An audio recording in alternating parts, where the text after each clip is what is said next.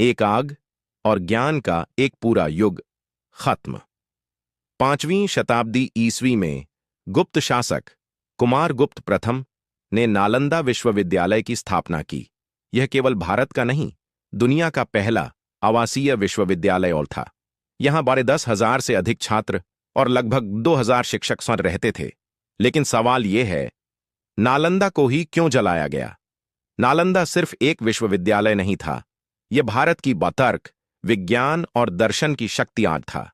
यहां पढ़ाए जाते थे बौद्ध दर्शन, महायान, गणित, खगोल विज्ञान, चिकित्सा, आयुर्वेद और तर्कशास्त्र।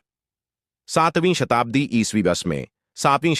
ईस्वी में चीनी यात्री अह्वेनसांग शुएनजांग और बाद में आ-इत्सिंग यीजिंग ने नालंदा का विस्तृत वर्णन किया।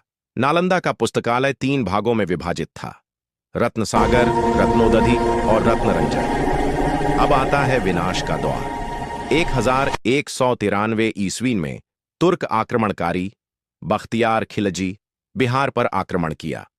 उस समय नालंदा बौद्ध शिक्षा का सबसे बड़ा केंद्र था।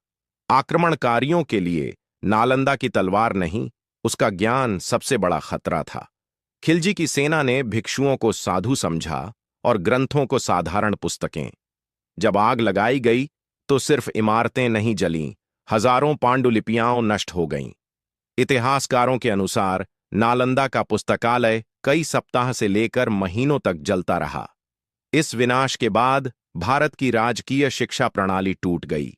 यही कारण है कि 13वीं शताब्दी के बाद भारत में विश्व स्तरीय विश्वविद्यालय नहीं उभर पाए। और आज हम पूछते हैं, अगर नालंदा बच जाता तो क्या भारत की बौद्धिक दिशा अलग होती? अगर इतिहास आपको समझ में आ रहा है तो लाइक करें, सब्सक्राइब करें, क्योंकि इतिहास सिर्फ याद करने के लिए नहीं, समझने के लिए होता है।